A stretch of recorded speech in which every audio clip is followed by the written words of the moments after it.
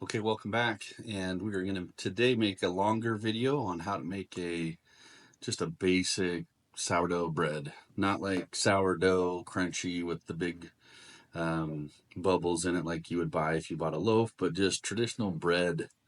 Something simple, nothing too crazy. This would be what I would call the lazy guy's bread.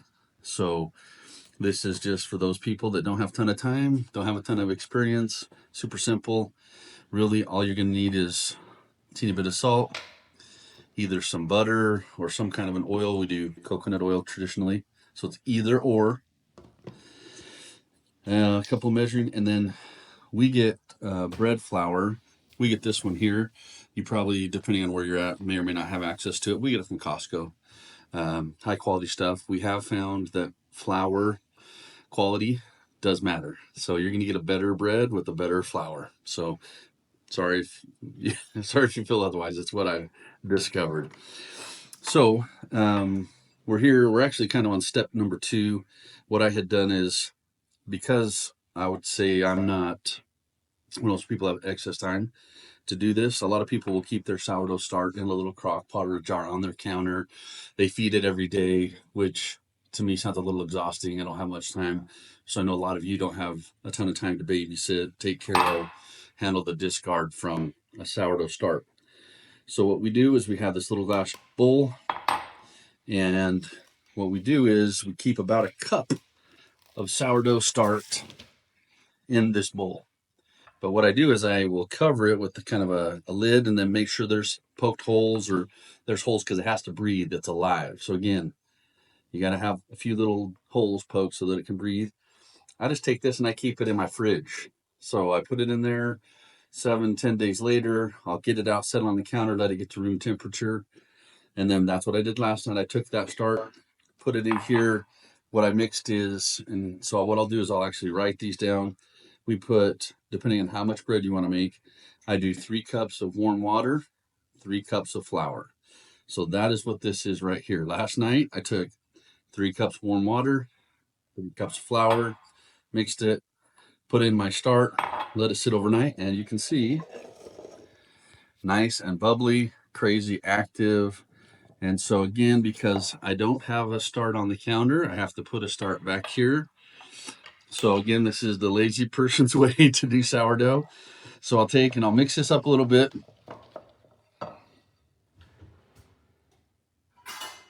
And then what I'll do is probably, this is a half a cup. So I'll take and make sure I set aside about a cup for my next batch. So here we go. This is called the sponge. So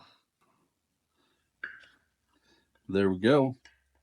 And then I will cover this, like I said, with some kind of a stretchy, plastic. Then I'll poke holes in it.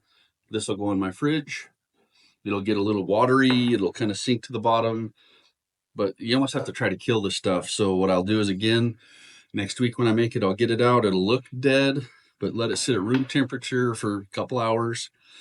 I usually about 8 o'clock or 9 o'clock at night will mix this and let it sit overnight, get up in the morning and make my bread. So I know there's people that are talking about hydration and 8 hours and 6 hours. This is just no stress. So put that in there, let this strip mix. And then what we're going to do is we're going to add the salt and either butter. And so for this much, where I did 3 and 3, I will do about 4.5 tablespoons of butter or coconut oil, and I'll add those to this. So we're going to get there here. Now we're going to start making bread. Okay, so I'm actually going to show. We do this little stretch type. You can use saran wrap. So I'll cover it. This is my start. Poke some holes in it because it does need to breathe a little bit. And then here we go. Just take it, put it in my drawer. I forget about it. So 5 days, 7 days, 10 days tomorrow, when I want it, I pull it out, let it sit for a couple hours to get to room temperature, then I'll make my sourdough at night. So here we go. So we had mentioned, gonna go ahead and get started. So I'm gonna measure out some coconut oil. Like I said, you could also use butter. You don't have to use coconut oil, what you have. And for my 3 and 3, So 3 cups of flour, 3 cups of water in my starter. I will do 4 to 4.5 tablespoons of coconut oil. So you would do the same with the butter. 3.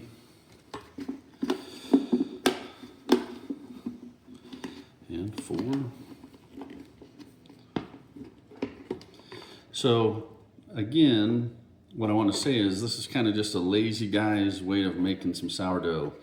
I know people are like super picky about measurements and whatnot. I've done this for a decade now, and it always turns out just fine. So again, about 4. I'm going to microwave this really quick. Okay, so we've melted our coconut oil, or you melt your butter. You don't want to put it in immediately because it is kind of warm. I would say literally just enough to barely melt it. You don't want it bubbling. I'm going to set that aside for now. And then again, for this recipe of 3 cups flour, 3 cups water, and some starter, I've had recipes where it's called for no salt. I personally like some, so we use just this sea salt. And I do 1 tablespoon, or not tablespoon, excuse me, 1 teaspoon. And then I'll do a second kind of heapy teaspoon, and it's still not salty at all with this amount. So that's literally it. That's the recipe. You got some flour, salt, a little bit of oil. You don't even need the oil, but we like it because it does make it a little more moist. And then I'm gonna add flour. So here we go. All right, so here we are. I'm gonna start adding flour just a little bit at a time.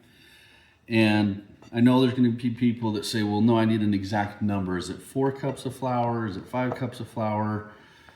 So I'll tell you, this again is the Lazy Guy's sourdough bread recipe, and I'll show you what we do. And so yes, you'll add at least 4 or 5 cups of flour to this, but it's not just so simple as chuck it in and mix it. Also, there's people that are like, you know, put it in a KitchenAid or a Bosch and mix it. I just do it by hand. So literally anyone, anywhere can make this kind of recipe because it's all done by hand with 3 ingredients. so I'm gonna kind of stop and talk as I go, but you'll see it's thickening up a little bit. Put a little bit more flour. I'm just kind of sprinkling it in because I do this by hand. Yes, my hands do get a little bit tired, so you'll see me rest. But I like it. Kind of cathartic for me, kind of fun. So I've added about a cup, give or take a little bit so far, to that mix. And it's definitely, you know, gaining some consistency. This is the part for those who are technical where you're kind of mixing gluten strands. This is what gets it to stick together. Now, before I put too much more in while it's still kind of moist, I am gonna add my butter or oil. And I leave just a teeny bit in the bottom. I'll show you why when I'm done. Then go ahead and just gently mix this stuff in. So again, what you have in here is some flour, some salt, and a little bit of butter or coconut oil. That's the recipe. And when it's done, it's delicious. And again, you taste the sourdough. And the funny part is you look at the ingredient list on a bread at the store, and even the healthy stuff, you got 9, 10, 15, 30 ingredients on there. So pretty cool. But you see, it's kind of starting to get its elasticity, kind of sticking together. So here's my second cup of flour that I'm adding in here. And I do it not all at once, I just kind of mix it in. And I'm paying attention.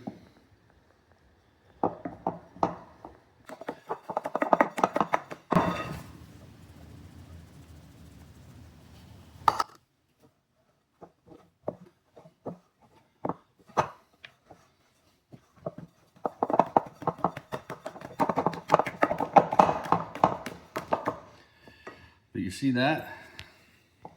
Getting a little thicker. Third cup.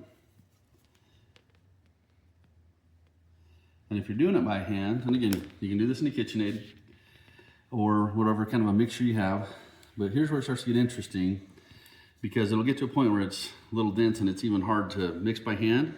Then I'm going to take it to the countertop, which I have absolutely cleaned and sterilized, so you want to make sure you do that.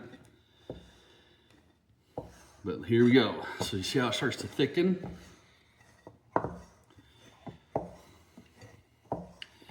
And realistically, this part from start to finish takes me probably 20 to 25 minutes. This is the longest portion of the process outside of cooking it. So here we go. Again, this is still my 3rd cup of flour. I'm gonna scoop number 4 here. So again, the reason I don't just say this is how much flour is depending on when you first mix it and how much sourdough start you add to it. Your initial mix can be a little wetter or a little drier than mine. So that's why I say about that, and it's more about the feel and the consistency than it is the exact measurement. So here it goes. See how it's getting really thick now?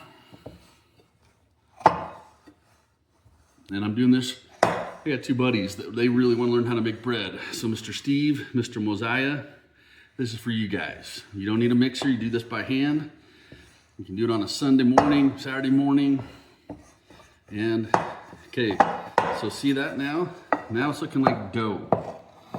So I'm gonna put a teeny bit more of this, again, 4th cup of flour, and then I'm gonna flour my countertop here. And I'm gonna show you why. And it's funny because my son, who's videoing this right now, he's like, Dad, you have massive forearms. I don't know if he actually said that, but he kind of implied it. My forearms are burning right now mixing this stuff. So here it goes. So I want you to kind of watch this. This is important. So if you see how it's getting a little drier, a little like more dough, I'm scraping the sides.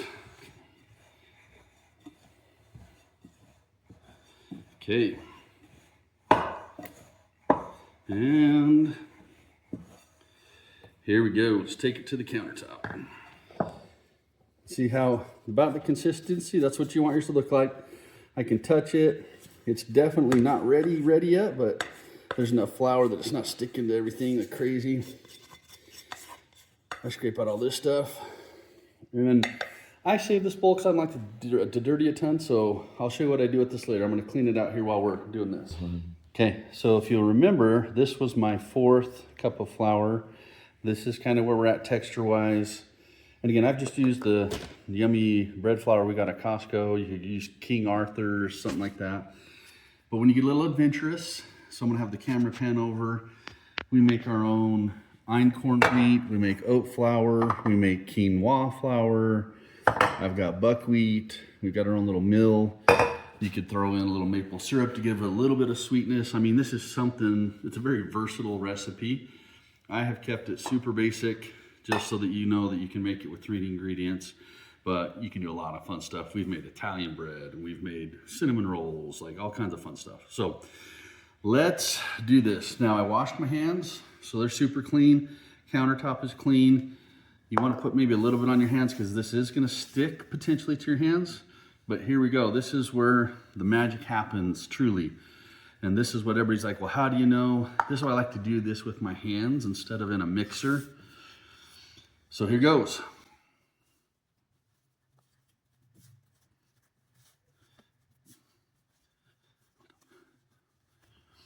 Okay, so what we're looking for, you'll notice I'm kind of just folding it over and squishing it down, folding it over and squishing it down.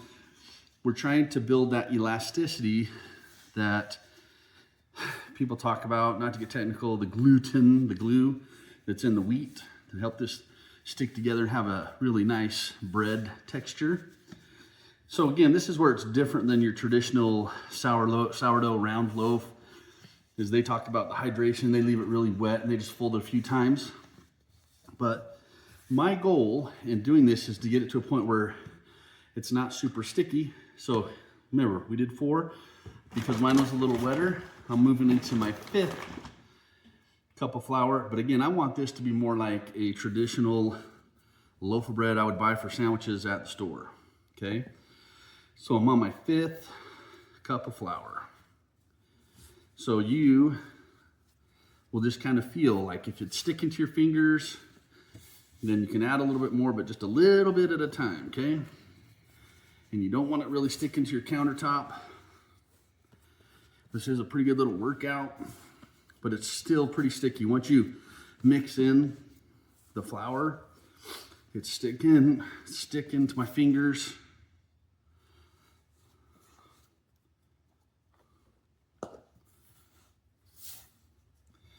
So here we go.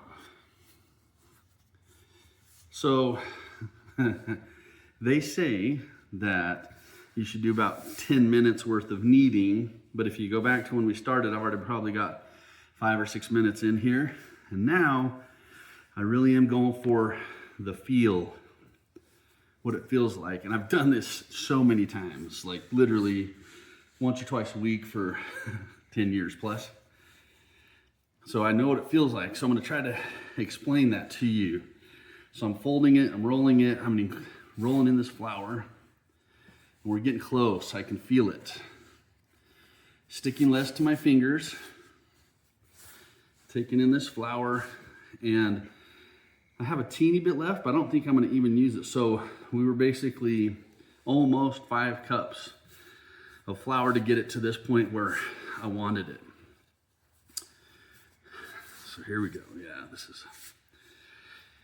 it's very cohesive. It's got a great feel. It's a teeny bit sticky. It's a teeny bit, which is kind of where I want to be. But once I kind of roll it in all this extra flour I got all over the counter, I think we're going to be pretty close to ready. Maybe just a titch. See how it sticks to my hand still? I don't want it to do it so much. So we ended up using all 5 cups. And let's get that all mixed in. Okay, here we go. So again, this is from my buddy Steve and his wife Shmoo, and my buddy Mosiah and his wife Fua, so that you guys can make this. I'm gonna get you guys starts, and I'll have you post a video of you making it. I'll throw it on here so people know that it works, even for people who have never made bread before. So, yep, there we go. So, we're really, really close. It's sticking just a titch, but it's not like grabbing onto my hands. And now we're just gonna work this into a ball, tucking it. Okay. So here we go. Well, maybe I need a teeny bit more sticky. Still kind of sticky. So 5 plus a little bit. See what I mean though? Zoom in here. See how it's still kind of sticking to my hands? I don't want that.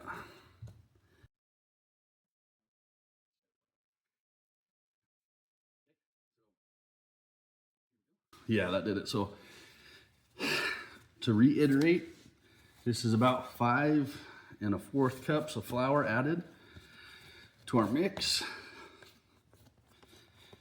And honestly, this will make 2 really good sized loaves of sourdough. There we go. That's what we want. And see how it, there you go. Nice little ball. Now, next step. All right, so you remember I had a little bit of coconut oil. You'll have a little bit of butter that's still left in the bottom. This is, I want to say this is a gallon bowl, gallon size bowl, maybe a little bit bigger. So I'd take a teeny bit of that, and I'm gonna line my bowl, my container with this. And then I've learned over the years, something else you probably would do to help yourself. Just take a little bit, if there's some extra, just spread it on the top of this so that it doesn't stick to what goes on the top. So here we go. Got our sourdough. Now, they talk about you want to let it rest and you want it to at least double in size. So obviously we want to kind of fill the bowl. We're here at about 5,000 feet elevation, high mountain desert. It's cold outside. We keep it 65 degrees in our house. So one of the things you can do to kind of help it rise faster, because otherwise it'll take 3 or 4 hours, we'll take and we'll get a cookie sheet. We'll set this on a cookie sheet. We'll cover it with a little bit of plastic wrap. And then it likes warm and dark, so we're gonna cover it again with this towel. Okay. And then to kind of help it along, I don't wanna say cheat, we're gonna set it on the stovetop, and then I'll actually turn on the oven. I'm not gonna cook it, but it'll warm this area up. So I'll turn it on and we'll let it sit. And this will probably take a couple of hours, and then it should double in size, and we'll get to the next step. Okay, so now I'm gonna show you what not to do. So if you can see the bread, I had some stuff going on outside and totally forgot about my bread, and it's over risen, but we're still gonna make this work. So if you're doing yours, it does not need to get this big. So what you do is, again, make sure your countertop's clean. Spread a little bit of flour. You don't want to do too much this time around. And then you'll flip it over. And look at that, because I put that little coconut oil in there, a little bit of butter, it didn't even stick. And then a little flour on this side. You don't want to mix this too much. So the key is just to kind of press the air out of the bubbles. You don't want to break it too much. You don't want to knead it too much. You want soft bread. And then there's some people that pull it together. For what I like to do, I just roll it into kind of a semi bread log. So you got this right here. And then, like I said, this would probably make 3 loaves if you were doing one of these, which we do often cook with these. I really got into these proofing baskets. I really like the traditional looking sourdough loaves. And if you don't have one of these, it doesn't matter. You can take your log, cut them, make your sourdough, and just literally set it on a cookie sheet here and let it rise, and then put it in the oven. So you don't even need any of these utensils. You just need this and a cookie sheet, and you can have a nice little roll of sourdough. So what I'm going to do is I'm going to make 2 little loaves. You absolutely want to make sure that you spray some Pam or put coconut oil, something in there to keep it from sticking. I'll take and I'll cut off the ends, and I will weigh these. I've got it to where these little ones are about 13 ounces. So let's see. It's a little big. So again, this is just for my little loaves. I give them away to friends and family. There we go, that's 13 ounces. So I do 2 little loaves, and then take this little guy, and I'm just eyeballing it. That's why you don't have to be official. One of these is gonna be bigger than the other. You can tell this one's a little bit bigger. Doesn't matter. So again, this is for the lazy person's sourdough bread. You don't have a lot of time. You got a lot going on in life. You can see what I did. Literally, you just kind of tuck it. You pinch, some of those bubbles. And then, literally, if I was going to take this, I would set it on the cookie sheet and let it go do its thing. But I will actually be putting it into this proofing basket. So, we'll set this right here. We're going to do a secondary raise, let it rise for a little bit. This one is for another more like oblong shaped. And if I was going to put one in a bread pan like this, I would literally do something like this, where I just kind of pinch the bottom together so that it's like that. And then on the top, there you go. And then I would just take and put that in the bread pan. But I'm actually going to be putting it into my proofing basket here. And I have put flour in these so it doesn't stick. So there's those 2. We'll let them do another secondary raise. Gosh, why can't I talk today? And then these are my little loaves. These are the gifts that I give the dwellers in my basement apartment, some neighbors. If we're really starving, we'll test these just to make sure the bread turned out good. But there you go. I mean, that's really all you do. You're kind of pinching it together. And then you want your top to be nice and pretty. You dump those in your pan, just like that.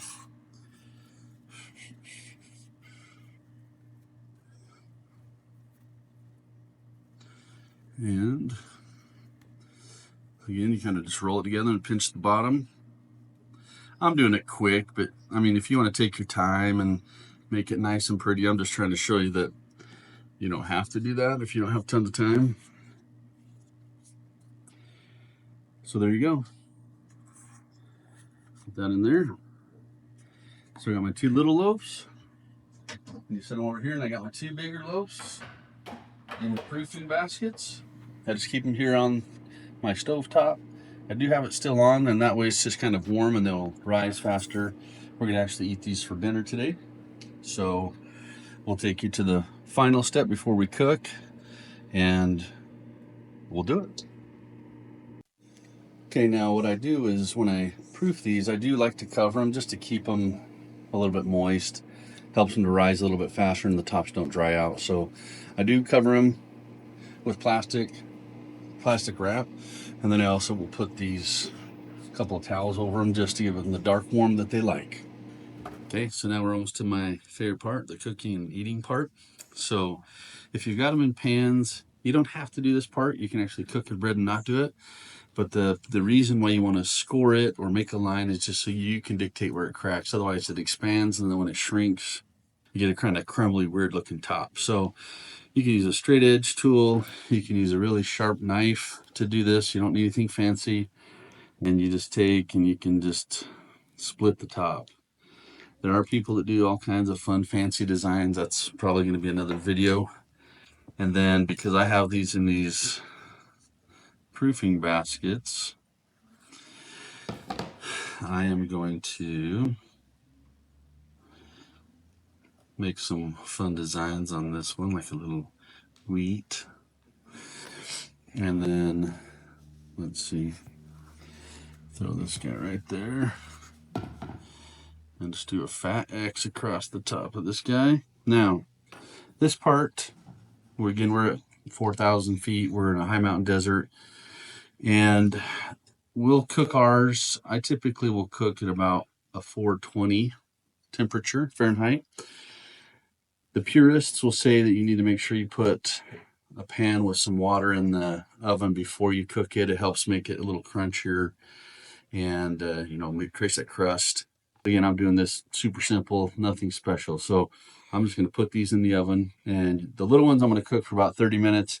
These bigger loaves I'll cook for about 40, probably 42 to 45 minutes. You want to just test them, and then you'll get them out, and then we're going to eat them. So that's the next step. Okay, so here we are. Final product, just a quick update. If you're using an electric oven, which I ended up cooking these in our downstairs oven, you may want to drop the temperature a little bit or lessen the time. So we usually cook on a gas stove here in our gas oven, and 420 it does it just fine. And the big loaves are okay. The little loaves are a little bit overcooked, but they're still totally edible and delicious. So again, if you're using an electric oven, probably do maybe like 410, 415. And again, you're looking at about, for a small loaf, 25 to 30 minutes, and the bigger loaves, 40 to 45 minutes. But anyway, once they cool a little bit, cut them, butter them, put some yummy on them, eat them, enjoy them. Thanks for watching. Have any questions, comments, drop them down below.